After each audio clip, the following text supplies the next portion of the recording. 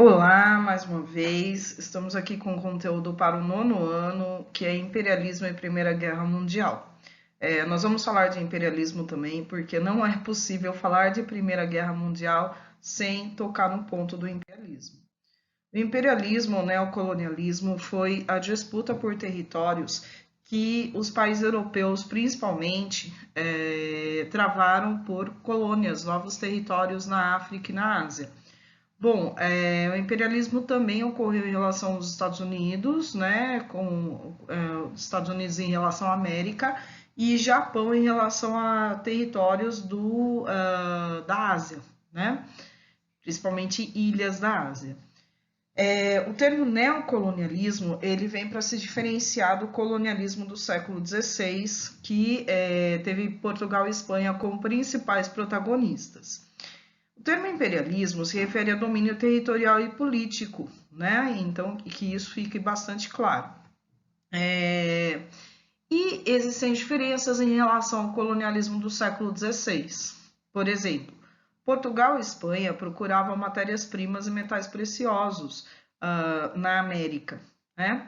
No imperialismo do século XIX, não. Países como Inglaterra, França, Alemanha e fora da Europa, Japão e Estados Unidos procuravam novas áreas de expansão de sua indústria. Então, eles montariam, criariam novas indústrias nessas colônias, aproveitando a matéria-prima e a mão de obra barata, né? Os trabalhadores aí do local, certo? Então, tem essa diferença. O imperialismo ele ocorria durante a Segunda Revolução Industrial, momento aí de inovações nos transportes, com o surgimento de bondes, automóveis, nas comunicações, como rádio, telefone, telégrafo, também aí o surgimento da eletricidade, né? Mas essas novas invenções deixaram muitos desempregados, né? Quanto mais máquinas, mais desemprego. Então, esses desempregados não tinham mais o mesmo poder de consumo. Então, a necessidade dos países europeus era vender os seus produtos industrializados para as colônias. Também existia aí uma justificativa ideológica para o imperialismo. Lemos aqui no trecho: as raças superiores têm um direito perante as raças inferiores. Há para elas um direito porque há um dever. As raças superiores têm o dever de civilizar as inferiores. Então, essa foi a justificativa usada, levar civilização para esses povos atrasados. Isso porque essa ideia se baseava no darwinismo social, uma teoria pseudocientífica que colocava que o mundo é dividido em raças. E a raça branca é superior à negra e superior à asiática, amarela. E os mestiços, então, são uma sub-raça, né? Que realmente deve ser ignorada, né? Vamos dizer. Então, os países europeus, baseando-se nessa superioridade racial e mais na questão da religião cristã, ainda religião cristã, né, dominaram a África e a Ásia pensando que iriam melhorar essas regiões, né, ou justificando dessa forma. Mandaram muitos missionários católicos, protestantes, para difundir suas crenças na África, na Ásia, e até hoje isso é sentido. Então, o europeu ele achava-se superior aos povos dominados, isso é chamado de etnocentrismo, né? Um domínio cultural aí, né? Um povo achando-se superior culturalmente aos demais. Bom, Estados Unidos justificou da mesma forma aí o seu domínio sobre a América Latina, Japão aí também esse domínio sobre povos da Ásia. Nós vemos na charge o seguinte: você tem uma pizza aí escrito China, né, China, e você tem aí a rainha da Inglaterra, né, você vê pela coroa, você vê outros países aí que se parece a França, a Alemanha, né, enfim, e um chinês atrás com um gesto dizendo assim, parem, né?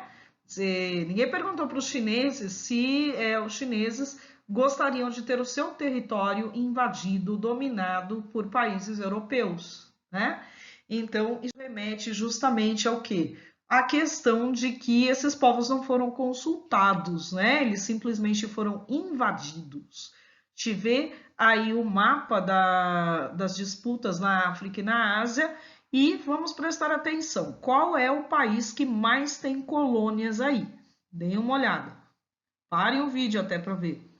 Se você viu bem aí, é o Reino Unido, a Inglaterra, tá certo? Em seguida, nós temos aí a França, né, como outro país que tem muitos territórios. Bem, justamente essa disputa por colônias, ela gerou bastante inimizade, descontentamento por parte de alguns países europeus, como a Alemanha e Itália.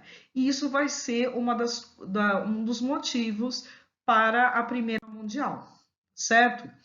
Então, olha só, esse imperialismo gera essas rivalidades entre os povos europeus, tá certo? Muitos povos colonizados foram reduzidos à miséria, né? A Inglaterra, por exemplo, pagava salários baixíssimos, mantinha trabalho semi-escravo, isso e todos os países europeus, né, fizeram. Isso gerou a fome generalizada em vários territórios da África e da Ásia que antes eram prósperos, né? A poluição do meio ambiente, o uso indiscriminado de recursos naturais, né? Isso faz aumentar até hoje o processo de desertificação da África, aumento do deserto do Saara. A divisão artificial, né, da África, por exemplo, coloca grupos étnicos e culturais inimigos dentro de um mesmo território, o que gera guerras até hoje. Temos um exemplo aí de Ruanda, né, entre os Tutsis e os Hutus. Assistam aí quando puderem Hotel Ruanda que vocês vão ver isso, né? Ali a charge mostra justamente a Inglaterra como esse país que mais conquistou territórios, né? O povo aí com a mão em todos esses territórios. Bom, mas essa imposição do domínio europeu, né, ela gerou guerras de resistência dos povos dominados. Nós não vamos entrar aqui nas guerras, mas eu vou citar uma e vocês podem pesquisar depois. A Guerra do Ópio na China, tá certo? Uma guerra aí enorme contra a venda de ópio por parte dos ingleses no território chinês, tá certo? Bom, justamente o imperialismo, então, é uma das causas, né, da Primeira Guerra Mundial, nós estávamos falando, porque ele gera um sentimento nacionalista que estimula a guerra entre os europeus. As inimizades e essas inimizades geram a guerra, tá certo? Nós vemos, por exemplo, num cartaz aqui da Alemanha, esse primeiro cartaz, a propaganda de que o objetivo dos ingleses é deixar os alemães sem trabalho, certo? Então, justamente aí durante a guerra, cartazes como esse, incitando o ódio dos alemães aos ingleses, era comum, né? Também aí a questão do cartaz de propaganda dos britânicos da Inglaterra, né? A cruz vermelha e a cruz de ferro, tá certo? Ferido e aprisionado, nosso soldado, um soldado inglês, clama por água. A irmã alemã despeja água na frente dele e aí o cartaz diz: nenhuma mulher inglesa faria isso, nenhuma mulher inglesa esquecerá isso, né? Então, quer dizer, a falta de humanidade aí, vamos dizer, dos alemães, tá certo? Bom, esses cartazes, então, eles estimulam esse clima de beligerância, ou seja, clima de guerra na Europa, né? Esse clima voltado para a guerra, os governos estimulando o ódio em relação ao inimigo. Os franceses tinham ódio dos alemães por causa da perda da Alsácia-Lorena para a Alemanha no século XIX. Na Guerra de Unificação da Alemanha, a Alemanha tomou esses territórios, tá certo? Os alemães italianos se sentiam prejudicados por não terem muitos territórios na África e na Ásia, questão do imperialismo. Os eslavos, que eram povos aí que habitavam a Rússia, o leste europeu, se sentiam tolhidos em sua liberdade, porque parte dos eslavos estava sob domínio do Império Austro-Húngaro. Então havia esse sentimento de revanchismo, de vingança, né? E isso gerou a formação de alianças político-militares. Nós temos de um lado a Tríplice Entente, reunindo Itália, Alemanha, não, desculpe-me, a Tríplice Entente, reunindo França, Inglaterra e Rússia, e a Tríplice Aliança, reunindo Itália, Alemanha e Império Austro-Húngaro. Essas alianças militares ocorreram em um momento em que os países europeus estavam desenvolvendo muitas armas, né?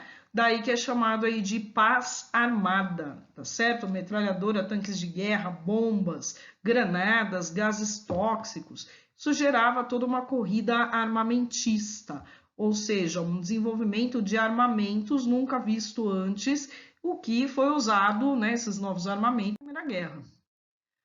O estopim, né, ou seja, quando deflagrou-se a guerra, quando deu início à guerra, o incidente que deu início a essa guerra, ou que detonou essa Primeira Guerra, foi o assassinato do príncipe austríaco Francisco Ferdinando. Ele passeava em carro aberto com sua esposa Sofia por Sarajevo, capital da Bósnia. No dia 28 de 6 de 1914, ele foi baleado por um dos integrantes da organização nacionalista, Gavro Príncipe, né? Essa organização tinha planejado um atentado e esse atentado não deu certo. E o Gavro Príncipe, ele por acaso viu o carro passando, né? E ele viu o carro passando e não teve dúvida, saiu e atirou nos dois. Gavro Príncipe foi preso, mas também ele estava condenado à morte, ele tinha tuberculose, então ele não tinha meio que nada a perder. Então, o que essa organização queria era a independência da Bósnia, né, que era um país aí com maioria de eslavos e que pertencia ao Império Austro-Húngaro, né? Então existia esse conflito étnico. Só que essa organização ela era financiada pela Sérvia e indiretamente pela Rússia, né? Porque Sérvia e Rússia estavam aí liderando um movimento chamado de pan-eslavismo, que significava a união de todos os povos eslavos, né? A Áustria declarou guerra à Sérvia, o que obviamente fez a Rússia sair em defesa da Sérvia, a Alemanha defendendo o pan-germanismo, então de um lado a gente tem pan-eslavismo, do outro pan-germanismo. A Alemanha defendendo aí a união de todos os germânicos em um mesmo território. Isso geraria a Alemanha a se juntar aí com a Áustria-Hungria, no mínimo, né? Então a Alemanha declarou guerra à Rússia e a Rússia e a Sérvia. Tá errado aí, gente, esqueci de arrumar. Bom, conforme os alemães avançavam sobre os territórios neutros e a França, a Inglaterra declarou guerra à Alemanha também. A Itália se manteve neutra inicialmente, mas em 1915 acabou por participar da Tríplice Entente, ou seja, do outro lado, né? Traiu a Tríplice Aliança, porque foram prometidos aí territórios na África para os italianos. O Império Turco Otomano, que queria voltar a dominar os Balcãs, né? O Império Otomano ele tinha dominado a Sérvia, a Grécia durante muito tempo, 5 séculos, né? Então o Império Turco Otomano passou a compor a Tríplice Aliança. As fases da guerra. De 1914, né, durante o ano de 1914, nós vemos aí a Alemanha invadindo muitos países. Então a Tríplice Aliança sai em vantagem. Mas de 1915 a 1917, mais ou menos, ainda início de 1918, a guerra vira uma guerra de trincheiras, certo? As trincheiras eram horríveis. Elas eram valas cavadas na terra, protegidas com sacos de areia, cobertas de arame farpado. Os soldados ficavam meses ali, né? Meses tentando se proteger dos inimigos. Porém, as trincheiras tinham uma vida bastante sofrida, né? Elas eram úmidas, não tinha água potável, os alimentos iam acabando, iam estragando, e eles tinham que comer assim mesmo, né? Racionar alimentos. Não havia medicamentos para tratar os feridos. Então, muitas vezes isso causou impacto psicológico, né? Dos companheiros terem que sacrificar alguém ali que estava sofrendo muito. Certo? Realmente aí a vida nas trincheiras era terrível, conforme a gente vê nesse relato aqui. As linhas de trincheira chegaram a estender-se por centenas de quilômetros pelo nordeste da França, do Canal da Mancha até a fronteira com a Suíça. Centenas de milhares de soldados passavam meses nesses enormes buracos a campo aberto. Era pavoroso o dia a dia nas fronteiras. Quando chovia, os abrigos se alagavam, os soldados continuavam encharcados na lama, às vezes por semanas. As doenças se espalhavam, era comum o tifo, além do sofrimento da fome e do frio. Os ratos, atraídos pelos cadáveres, eram tantos que os soldados nem se animavam a espantá-los. Além disso, todas as trincheiras tinham piolhos. Mesmo com todos esses problemas, as fronteiras protegiam os soldados dos fuzis e metralhadoras dos inimigos, mas eles não tinham defesa contra os canhões de artilharia, que incessantemente lançavam seus projéteis, tentando fazê-los cair dentro das fronteiras. Quer dizer, ainda estavam sujeitos ao bombardeio do inimigo, tá certo? Era comum gangrenar o pé, porque o pé ficava muito tempo na água, né, úmido. Houve surto de gripe espanhola em 1918, envolvendo aí esses soldados das trincheiras, tá certo? Aí seria um capítulo à parte, teria que dar uma outra aula sobre isso, mas vocês podem ler sobre a gripe espanhola, tá certo? Tuberculose era muito comum entre esses soldados, né? Então, ou morria pelos tiros de inimigo, ou poderia morrer aí pelas condições das trincheiras, tá certo? Ao longo do conflito, né? Como é que ele foi decidido? A Alemanha decidiu declarar guerra aos Estados Unidos e a todos os países que estavam vendendo armas, alimentos para os países da Tríplice Entente. Então, com isso, a Alemanha bombardeou navios dos Estados Unidos. Isso fez os Estados Unidos entrar na guerra. Aliás, os Estados Unidos já estavam querendo entrar por causa dos seus investimentos na Europa e o tanto de tempo que essa guerra estava durando, né? Muito mais do que se previu. A Rússia, em 1917, por sua vez, saiu da guerra. Estava ocorrendo no território uma revolução socialista que fez o governo russo entrar em acordo com a Alemanha, cedendo parte dos territórios do leste europeu, as repúblicas da Estônia, Letônia e Lituânia. Então, a Alemanha concordou com a saída da Rússia. Bom, mas no fim das contas, com a entrada dos Estados Unidos, quem venceu foi a Tríplice Entente, né?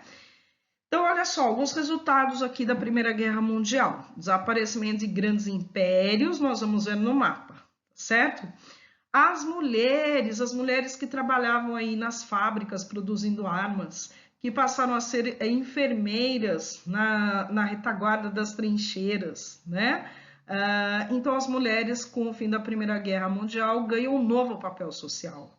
Elas passam a estudar, passam a trabalhar, exigir o voto e, em alguns casos, alguns países, conseguir o direito ao voto, né? Então, as mulheres mudam de papel social. Foi criada a Liga das Nações, uma força militar para assegurar que não ocorressem novos conflitos no mundo. Porém, ela foi ineficiente. Ela não da Guerra Mundial, nós vamos ver mais adiante. O fim da Primeira Guerra, ele ocorreu com o Tratado de Versalhes. Mas olha só, o Tratado de Versalhes, ele não tinha participação dos Estados Unidos, que queria um tratado de paz sem vencedores e sem indenização, só tinha então a participação da França e da Inglaterra, e ficou estabelecido o seguinte em relação à Alemanha. A Alemanha devolveria Alsácia-Lorena à França, né, eram territórios com muitos minérios, territórios ricos, pagaria uma indenização de 33 bilhões de libras, ouro, para os países vencedores, reduziria o seu exército a 10% do montante do início da guerra, proibida de ter marinha aeronáutica, tanques de guerra, artilharia pesada, limitação da indústria bélica, né? Bélico é voltado para a guerra, então não podia produzir armas, perda de 1/7 do seu território com a criação da Polônia, com a criação de outros países. A Alemanha ela perdeu boa parte do seu território, proibição da unificação com a África. Portanto, olha só, leiam de novo, até parem o vídeo agora. Percebam que a Alemanha foi considerada culpada pela guerra, tá certo? Mas, se a gente pensar, não houve um único culpado pela guerra, né? Porque essa guerra ela já estava posta desde o imperialismo. Então, não foi à toa também que, aliado à crise econômica, o desemprego que se seguiu à Alemanha, né, que não tinha dinheiro para reconstruir o seu país, os alemães desenvolvessem um sentimento de revanchismo, de vingança. E esse sentimento de vingança fez com que eles apoiassem o crescimento do nazismo no país. Então, olha só, além disso tudo que a gente falou, Também aqui na América teve resultados, né? O desenvolvimento da indústria na América, substituindo as importações dos países europeus que não estavam em condições de exportar mais nada, né? Os Estados Unidos foram os grandes vencedores, tornaram-se os credores mundiais, emprestando dinheiro para todo mundo e aumentaram muito as suas exportações, se tornaram potência econômica. Por fim, vamos olhar aqui os mapas, o desaparecimento dos impérios, que é uma das consequências também. Você veja que o Império Russo perdeu territórios e surgiu aí a União das Repúblicas Socialistas Soviéticas, né? O Império Alemão perde territórios, veja lá no segundo mapa, para a formação da Polônia, formação aí também de parte da Tchecoslováquia, tá certo? Surgem países ali também que eram da Rússia, Letônia, Lituânia e Estônia, hein? Eram da Rússia antes, Finlândia também, tá certo? Surge a Iugoslávia, veja lá, a Iugoslávia no segundo mapa. Então, a Iugoslávia foi formada porque desapareceu o Império Austro-Húngaro, o Império Otomano. Iugoslávia, que era a união dos povos eslavos. Então, a Áustria virou um país, a Hungria conseguiu a sua independência, tinha muitos húngaros que eram contra essa união aí com a Áustria. Surgiu essa Iugoslávia e o Império Turco-Otomano também perdeu territórios, tá certo? Então, nós encerramos por aqui a nossa aula, lembrando que a Primeira Guerra Mundial vai ter continuação, né? Essas cláusulas da guerra aí acabaram gerando aí a Segunda Guerra Mundial. Muito obrigada, estou à disposição para quaisquer dúvidas.